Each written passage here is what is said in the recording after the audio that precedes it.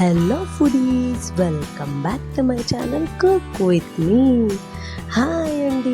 మనము ఎప్పుడైనా ఇడ్లీ చేసినప్పుడు ఇడ్లీ ఎక్కువైపోయి మిగిలిపోయినా, ఇడ్లీ పిండి మిగిలిపోయినా మనం దాన్ని ఒక కొత్త డిష్గా ఎలా చేయాలో, ఇంట్లో వాళ్ళతో ఆ ఇడ్లీని ఎలా ఖాళీ చేయాలో చూసేద్దామా? Let's get started into the video.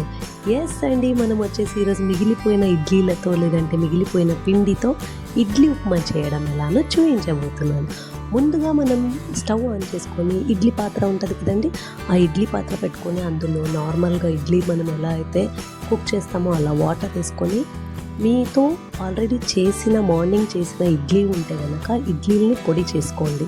లేదు ఇడ్లీ పిండి మిగిలిపోయింది, ఇడ్లీ పిండితో ఏం చేయాలి, పులుపు ఎక్కిపోతుంది రేపటికి ఇంకో రోజుకి అని అనిపిస్తే మీరు ఇలా ఒక బౌల్లో ఇడ్లీ పిండిని మొత్తం వేసేసుకొని వాటర్ వేసుకొని దానిపైన స్టాండ్ పెట్టేసుకొని దానిపైన ఇడ్లీ బౌల్ని పెట్టుకొని 20 మినిట్స్ వరకు ఉడకనివ్వాలండి. నార్మల్గా మనం ఎలా అయితే ఇడ్లీ ఉడికిస్తామో అలా.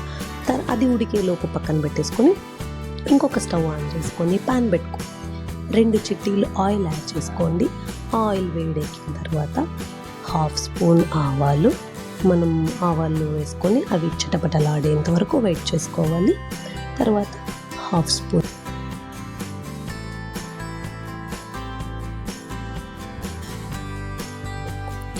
స్పూన్ శనగబ్యాళ్ళు వేసుకొని అవి కూడా కొంచెం ఫ్రై అయ్యేంత వరకు వెయిట్ చేసుకొని, ఒక మీడియం సైజ్ ఆనియన్ని చిన్న చిన్న ముక్కలుగా కట్ చేసుకొని ఆనియన్ని కూడా ఇందులో వేసుకొని ఫ్రై చేసుకోవాలి. అలానే కొన్ని కరివేపాకు వేసుకోండి. దాంతోపాటు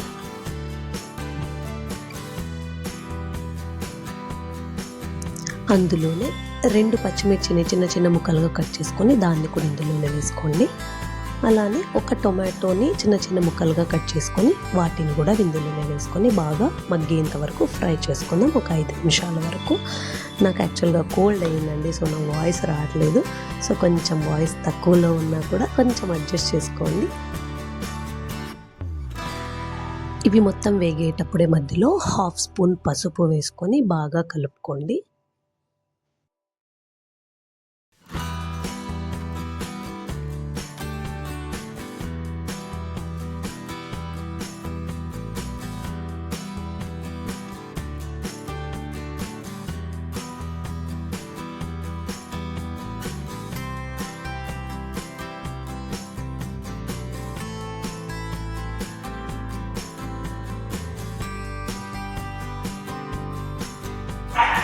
ఇందాక మనం ఇడ్లీ పెట్టుకున్నాం కదండి, అది ఇడ్లీ మొత్తం అయిపోయింది. సో ఎలా ఉడికిందో ఒకసారి చెక్ చేసుకుందాము. ఇది ఎందుకంటే మనం నార్మల్గా ఇడ్లీలు అయితే ఉడికిపోయినాయని జస్ట్ పైన టచ్ చేసుకొని చూస్తే తెలిసిపోతుందండి. బట్ ఇది ఎక్కువ పిండి కాబట్టి మనం ఇలా ఫోక్ సహాయంతో దాన్ని ఇలా గుచ్చి చూసామంటే మనకు పిండి అనేది అంటుకోదు అనమాట.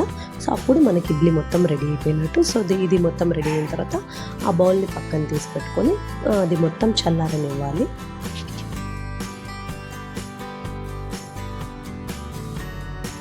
ఇప్పుడు ఒక ప్లేట్ని పెట్టుకొని ఆ ఇడ్లీ బౌల్ని ఇట్లా మొత్తం చుట్టూ ఇలా తీసుకొని దాన్ని పిండి మొత్తం ఇడ్లీ మొత్తాన్ని సపరేట్ చేసుకొని ఒక ప్లేట్లో వేసుకొని దాన్ని పీసెస్ చేసుకొని చల్లారించుకోండి. ఎందుకంటే ఇది లావుగా ఉంటుంది కాబట్టి అంత త్వరగా చల్లారదు, మరి చేయి కాలుతుంది మనకు. అందుకని దీన్ని మొత్తం ప్లేట్లో వేసుకొని ఇలా కొంచెంగా కట్ చేసుకొని పీసెస్ చేసుకొని చల్లారని ఇవ్వాలి.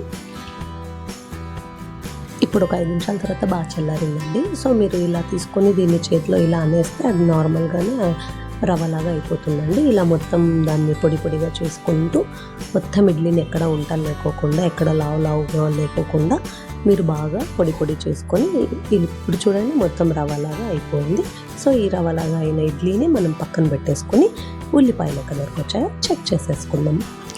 ఓకే అండి, ఇప్పుడైతే ఇవి బాగా మగ్గిపోయినాయి. ఇప్పుడు మగ్గిపోయిన దీనిలో మనం ఇందాక ఇడ్లీ ముక్కలు రవ్వలాగా చేసుకున్నాం కదండి, ముక్కలు చేసుకొని సో ఈ ఇడ్లీని మొత్తం ఇందులో వేసుకొని బాగా కలుపుకోవాలండి. ఇది మనకి ఇక్కడ కలిపేటప్పుడు చిన్న ఉంటలు వచ్చినా కూడా మనం స్పూన్తో ఇలా కొంచెం బ్రష్ చేసేసుకున్నాము అంటే కనుక మనం కంప్లీట్గా రవ్వ అంటే లైక్ మనకు ఉప్మా తినేలాగా ఉంటుంది అనమాట.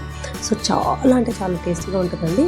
బట్ చాలామంది ట్రై చేస్తారో లేదో తెలియదు కానీ మిగిలిపోయిన ఇడ్లీలతో కానీ మిగిలిపోయిన ఇడ్లీ పిండితో కానీ మీరు ఒక్కసారి వెరైటీగా ఇలా చేసి చూడండి. మనకు అందరికీ తెలిసి సూర్యవంశం స్టైల్ ఇది. సో మన అంతా 90s కిడ్స్కి మొత్తం ఆ మూవీ అంటేనే చాలా ఫేవరెట్ అనమాట.